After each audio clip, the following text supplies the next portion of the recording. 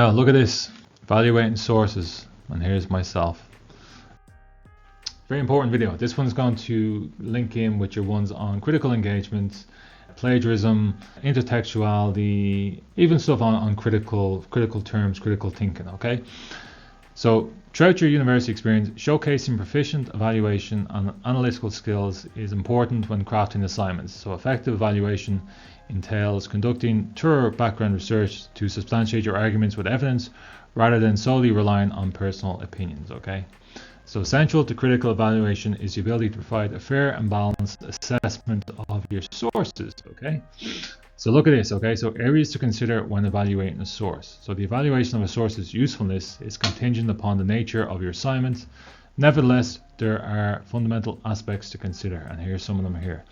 Publication date. So the timing of your source's publication is crucial. As theories, concepts, and models evolve, older materials may become outdated. So it's advisable to scrutinize recent research to assess the durability of the findings presented in older sources.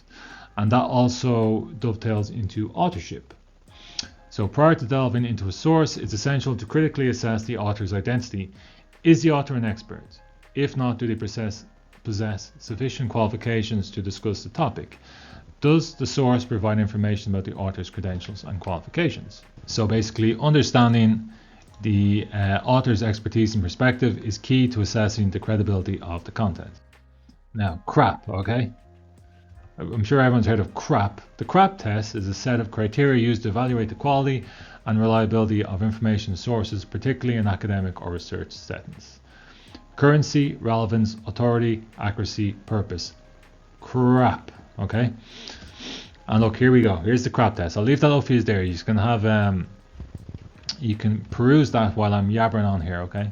So by applying the CRAP test, researchers can critically assess the quality of information sources and make informed decisions about their suitability for academic or research purposes. It's important to note that the CRAP test is a flexible tool and can be adapted to specific research needs and disciplines, okay? So if you're doing your systematic review and you need a way of evaluating your sources and basically just sort of collating and condensing everything into a nice little thing, the CRAP test is the best way to do it. So here's some details of each component in the CRAP test, okay? So number one, currency. Refers to the timeliness of the information. So questions to ask in relation to this, when was the information published or last updated? Is the information current enough for your research topic? Are there more recent sources available? Now the relevance. So questions to ask yourself, does the information directly relate to your research question or topic? Is the depth of the information suitable for your needs? Is the source intended for a general audience or a scholarly one? Authority. So in relation to this, who is the author or creator of the information? What are the author's qualifications or credentials? Is the author affiliated with a reputable institution or organization? Can you verify the author's expertise in the field? Accuracy. Is the information supported by evidence or references? Can you verify the information through other reliable sources? Are there any obvious errors or inconsistencies in the content? And then the final one, purpose. What is the purpose of the information? Is it to inform, persuade, entertain, or sell a product? Now I mentioned some of this in the Marketplace of Ideas video on critical terms. What is the agenda? What is the trust of the matter this person is trying to instill when they're talking about a particular topic, okay? Is there a clear bias or particular perspective evident in the source they're talking about? Does the source present information objectively, or does it have a particular agenda? Now here's some software and tools, okay? So this is going to help you basically assess the CRAP methodology. So credibility, reliability, quality. So this is going to be the things you're going to look for in your research. And here's some tools and software. So obviously the big one is Google Scholar. You can use it to check citation count, author profiles, publication sources, and the academic impact of a source. PubMed, another important one for all you systematic review perverts out there. So focus on peer-reviewed articles in medicine and related fields, provides information about authors, affiliators, and citators. Journal citation reports, JCR, okay? So assesses the impact and reputation of a journal by looking at its impact factor and other biometric indicators. So a lot of people don't actually realize that there's these resources out there. So even though I'm only giving a little bit of lip service to each one, I'm basically letting you know that they exist, okay, and that you can use them to help you. Scopus is another one, okay? Abstract and citation database covering a wide range of disciplines.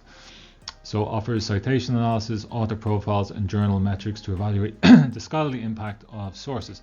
Now, I'm going to go into much more detail on these individual videos. I have a video coming up on AI software, AI tools you can use, which I'm not going to say makes all these obsolete, but it certainly helps speed up the process whenever you're trying to apply the metric of evaluating the sources. And then here's Web of Science, allows citation analysis, helping to evaluate the scholarly influence and impact of articles and authors. Now, then we have Turnitin. Everyone's very aware of Turnitin, so ensures the originality of your work by checking for potential plagiarism. We also have Open Door, in directory of open access repositories, identifies reputable open access sources and repositories. And Ulrich's periodic directory verifies if a journal is peer-reviewed and provides other publication details. Now, many of my videos I always say, make sure that the source you're looking at is peer-reviewed. And people always say to me, well, how do you actually know, other than just sort of seeing it multiple times in the bibliography? Well, these directories will help you basically see that. You know, it's a quick way of saying, is this person I'm drawing from, are they useful? More important, are they credible?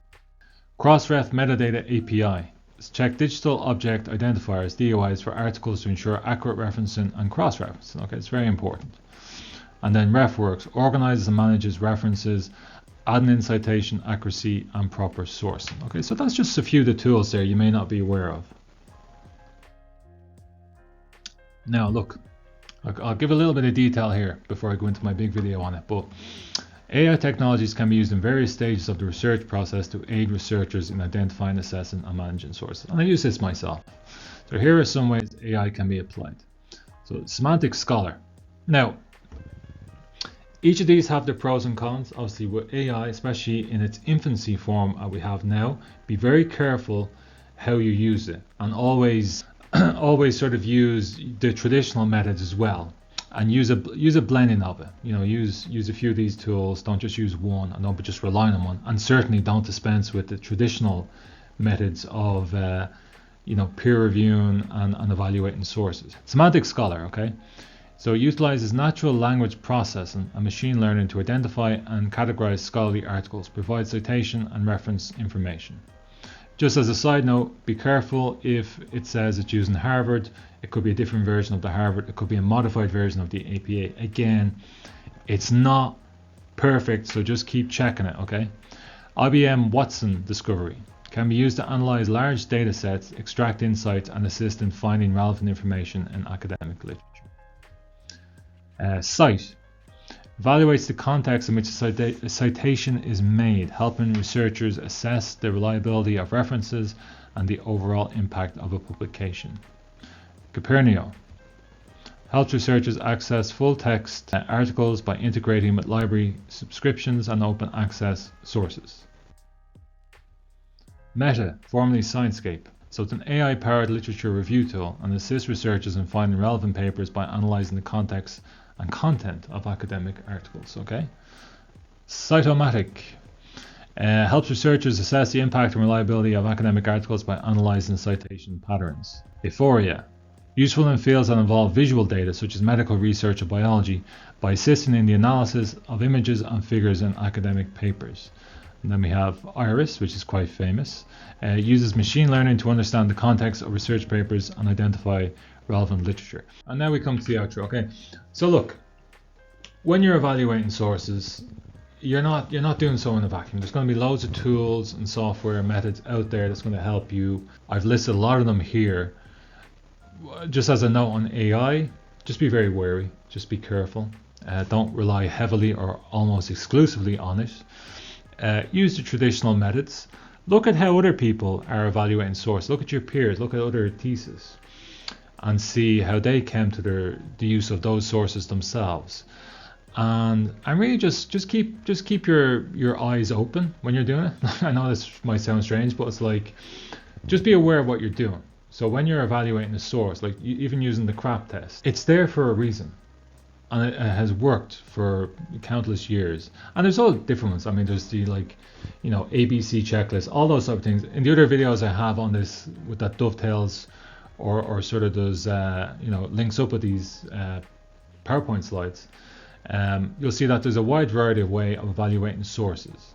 So you want to use like a nice broad mixture of them all to come to the conclusion of whether a source you're using in your thesis is relevant or not, or whether it's credible or not.